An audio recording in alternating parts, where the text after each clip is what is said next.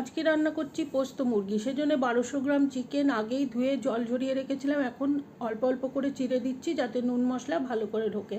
কাঁচা লঙ্কার পেস্ট, লবণ আর সর্ষের তেল মাখিয়ে আধা ঘন্টা ম্যারিনেট করতে দেবো। আর ততক্ষণ 3 টেবিল চামচ পোস্ত আর 8-10টা কাজু বাদাম ভালোভাবে পেস্ট করে নিলাম।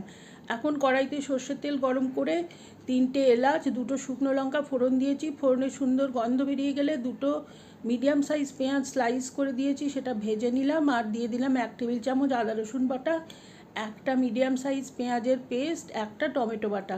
মশলাটা খুব ভালো করে কষিয়ে নেব ততক্ষণ পর্যন্ত যতক্ষণ না তেল ছেড়ে দেয়। তারপরে ম্যারিনেট করে রাখা মুরগির টুকরোগুলো দিয়ে দিলাম। এখন খুব ভালো করে নেড়েচেড়ে ভেজে নেব।